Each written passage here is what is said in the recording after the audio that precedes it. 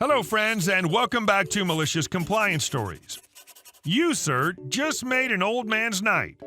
The world needs more people like you. I salute you, OP. I know it was hard for you to part with it, but you did a good thing. A very good thing. Real-life karma will reward you. But before we begin, best way to support our channel is to leave comments, like, and subscribe with the turned-on bell so you don't miss the new video every single day. Here we go. The gun store non-employee. Dramatis personae. Robert Duvall, old man number 1. Jeremy Irons, old man number 2. Stephen Ewan, me. Norman Reedus, shop owner.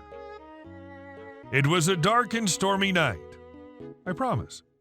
The winds picked up as the storm approached, howling like a banshee as it ripped through the trees, then through the parking lot. A lone figure made his way from his chariot towards the beacon of lights proclaiming the weapon shop. He sought only a smith to repair his trusted weapon, a shotgun of hoodlum intimidation +2. The weapon was lovingly housed in a battered cloth case, locked at the drawstring. Read zipper. As he trundled towards the entrance, a passing chariot intersected with a pool of water, splashing all over the figure. He made an exasperated noise, straightened his tie, and continued on. Upon entrance, the bright-eyed apprentice greeted him enthusiastically. "Hello, sir. Welcome to Sam's big box of gun sports and stuff. The repair desk is in the back. Head on over." He nodded in thanks and then let the guard at the gates check his weapon. The burly man only grunted in appreciation as he removed the firearm, inspected it, and put a little plastic flag in the chamber. He checked the other pockets in the case, then allowed the man to continue. That man was me, and I was in for a strange night. I sauntered over to the gunsmith counter, and the shop owner/smith came over and shook my hand. Shop owner: "Hey, welcome. What can I do for you tonight?" Me: "Well, sadly, my Remington 870 broke its ejector on me. Can you fix them?" Shop owner: "Sure can, pal. Give me about 20 minutes and I'll have it tossing brass like it's new." I handed my shotgun over and then took some time to browse around the shop. I had on a tie, was still a bit damp from the car splashing me, and picking up some of the demo guns on the counter. I sighted along the SIG P226 I was drooling over online, then set it back in the cradle. Old man number 1: "Sonny, can you help me find a gun? I want one like the one I got when I served in the Army." Me: "I don't work here, but I can help you a bit." Old man 1: "Great. I remember it was a big old .45 pistol. It was made by Colt. I think, but I can't remember if it was a 1911 or if it was an A1. It was old when I got it, though." Me: "Probably an A1, but maybe not. But if you want something like it but more modern, go for the Colt if you want the name. Otherwise, there are other great brands. Kimber, for instance." Old man 1: "Thanks, Sonny. I just want to get that old girl back." I continued to browse and saw someone pull the rifle out of my case. It was old man number 2, and he was holding it lovingly, like a long-lost girlfriend. My M1 was a prized possession, but his eyes were almost misted over. Old man 2: "Excuse me, Sam. Y'all know how much this one is?" Shop owner Sam shrugged, then pointed at me. The old man reverentially placed the M1 Garand back into the case and walked over to me. Old man 2: "Sir, how much is that M1 Garand in that there case? It's beautiful, like it came out of the factory yesterday." I was flattered but firm. Me: "Unfortunately, sir, that's my rifle and I don't work here. It's also not for sale.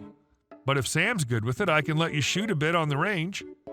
Old man 2: "Oh, I just wanted to own a piece of my youth, you see. Sorry for bothering you." Something inside me broke, and I looked to Sam. It was taboo to sell a gun in someone else's shop, but since I was a regular, I shrugged and looked to Sam, asking if it was okay. This was my second Garand, and even though I swore up and down and sideways that I'd never sell her, the look on the man's face just got through my jaded car salesman exterior. Sam nodded, giving me the blessing to sell if I wanted. Me: "I don't really know the value on this, as I bought it for $900. I suppose I could let it go for $800. The old man's eyes lit up, and he pulled out a wad of cash from his pocket.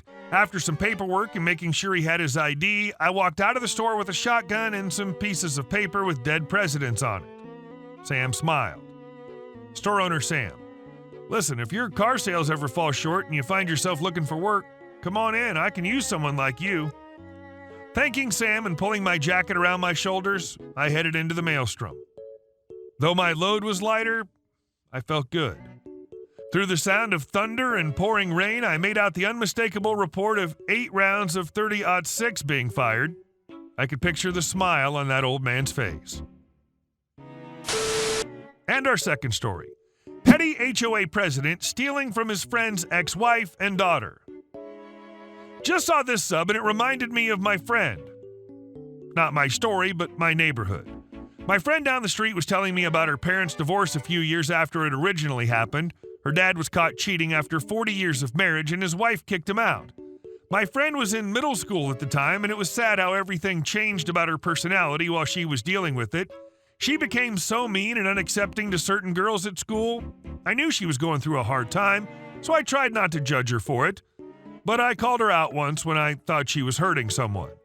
Her mom changed all the locks and smashed the keypad to the garage door so their dad couldn't get back in the house. My friend didn't have a working house key anymore, and more than once I saw her sitting on her porch hours after school ended and would try to get her to come home with me instead. She was always too stubborn to say yes. Her dad's best friend was our HOA president and a pretty terrible person. He was angry that his friend's ex-wife had kicked him out and did what he could to make their lives harder. He sent photographers to the house when they weren't home to try and find anything he could find them for. They caught the photographers trespassing on multiple occasions and got tons of letters of small repairs to make on the house. Then the mailbox went missing. In our neighborhood, mailboxes are private property, but most of us have the cheapest option that came with the house. Not having one is a big fine, I guess, and the mailbox they were asked to replace it with was expensive. From what I remember, they had a fancy green metal mailbox to start with, so it's sad that they have to fit it with our ugly wooden ones. It's also worth noting that the crime rate in my area is non-existent, so it was a super random crime and very suspicious. A few weeks later, my friend's mom found pieces of her old mailbox in the trash outside her HOA president's house. She couldn't prove it and already had a new mailbox, but seriously, how petty is that? And our last story. Landlord, remove all modifications you made to my yard. But not like that. Now I'm going to sue you for destruction of my property. I am 27-year-old female and live with my boyfriend, 28-year-old male.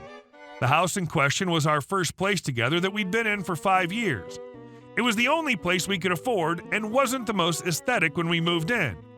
It's shaped like a shipping container and not much bigger than one, plus it's surrounded on 3 sides by 2-plus-story homes, and on the remaining side there's a parking lot for all of said homes, which opens onto a major road.